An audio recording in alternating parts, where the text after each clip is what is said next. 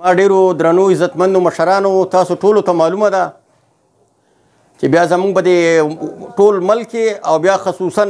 زمونږ په خیبر پښتونخوا صوبه کې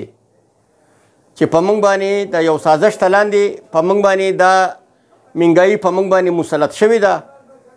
او د دې مهنګایۍ د وجې نه کومه غریبه طبقه چې کومه ده هغه ډېره زیاته د مشکلاتو او د ډېرو زیاتو تکلیفاتو سره مخامخ ده. هغه خلکو ته احساس کیږي چې کم خلک هغه د ریړو گاډو مزدوري کوي د پیټي مزدوري کوي هغه خلکو ته دا احساس کیږي نن که تاسو وګورئ زموږ په دې ملک کې 2% غریبه طبقه اوسیږي 2% خلکو چې هغه سرمایدار او جاګیردار دي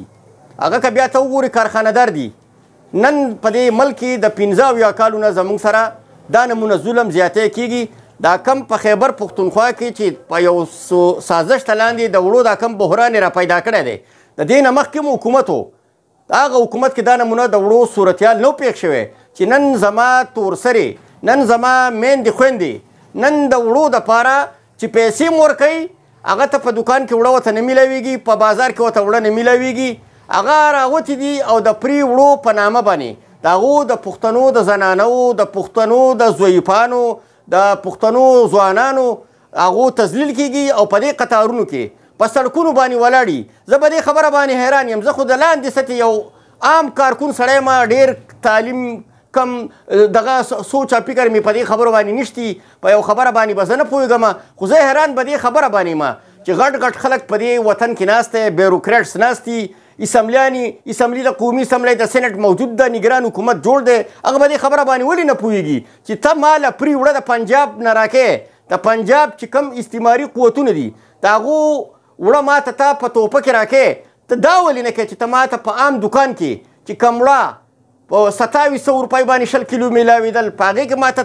په ریټ کې کمی ولې نه راولې یا سبسډایز وړه چې ته د خیبر پښتونخوا په 1400 روپۍ به تا د سواد د میلیونو نه ورکول هغه به دې په 1500 روپۍ ورکړي خو ما ته به په عزت باندې به وړه خو به میلاوېدل په خپل کور باندې به ما ته میلاوېدل. نن ما ټول کار د دې روژې مبارکې به دې مبارکې میاشت کې چې دا د عبادتونو میاشت ته غربت دی پکې غریبي ده پکې تاسو ټولو ته معلومه ده چې په سواد کې دلته دهشتګردي تېره شوې ده د دهشتګردۍ دا خلک ښکار شوی دی د سیلابونو د قدرتي آفاتونو ښکار شوی دی د هغې باوجود نن زمونږ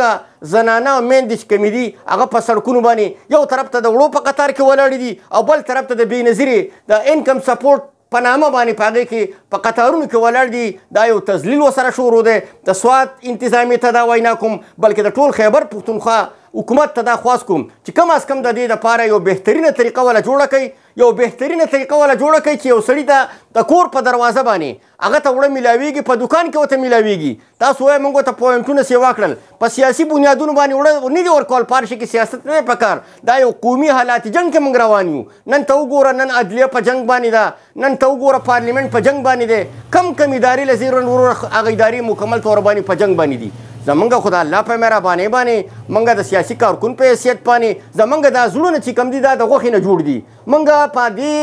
سواد کې او په خیبر پښتونخوا کې نه ظلم برداشت کولی شو نه بېانصافي برداشت کولی شو نه زیاتی برداشت کولی شو او څوک چې ظلم کوي نو انشاءالله تعالی زمونږ به لاس یو د هغو به ګریوانونه وي موږ به د دې سټونو نه نسو او دې قوم ته به یې موږ بې نقابه کوو که هغه په بیروکریسي کې که هغه په سیاستدانانو کې یا که هغه په نورو خلکو کې موږ د الله په مهربانۍ باندې د دې خلکو په خلاف باندې به اواز پورته کوو. سواد ډیپټي کمیشنر ته دا مطالبه ورته کوم کمیشنر صاحب ته مطالبه کوم چې کم از کم د الله د رضا لپاره دې خلکو ته په دې روژې مبارکه میاشت کې کم از کم سهولت وله ورکوئ ستاسو نه به الله تعالی د دې باقاعده طور باندې به تپوس کوي تاسو چې په دغه منصبونو باندې ناسې هم د دې قوم دپاره ناسې او د دې قوم د ټیکسونو نه تاسو ته باقاعده طور باندې تنخواګانې درته میلاویږي. کم از کم صوبایي حکومت ته ووایه چې دا قصه نوره ختمه کوي 15 تنه مشران به دې کې شهیدان شول د دې روژې مبارکې په خوله باندې شهیدان شول پکې د بېنظیر انکم سپورټ پروګرام دی کم از کم د دې دپاره یو بله داسې ذریعه جوړه کړئ چې د کور په دروازه ورته د پیسې میلاویږي چې دا قطارونو نه قلار شو په دهشتګردۍ کوم په مردان صوابۍ کې په قطارونو کې ولاړ یو اوس هم دلته موږ وړو ته په قطارونو کې ولاړ یو دا 21مه صدۍ ده چې په 21مه صدۍ کې قومونه پکې ازادېږي موږ تر اوسه پورې د وړو په تروړه پسې منډه وو او یا به په غوړو پسې منډه وو یا په چینې پسې منډه وو. نو ستاسو د دې شیشې د سکرین په ذریعه باندې زه دې مشرانو ته دا خواست کوم چې فوري طور باندې د بدې باندې عمل درآمد وکړي. که بدې باندې عمل درآمد ونه شو نو اولنی سړی و په سوات کې زه یم د دې انتظامیې په خلاف او د دې نګران حکومت په خلاف باندې به انشاءالله تعالی د بغاوت اعلان به کوم دا قوم به د ځان سره زر وباسم او د دې په خلاف باندې به اواز کوم. مهرباني.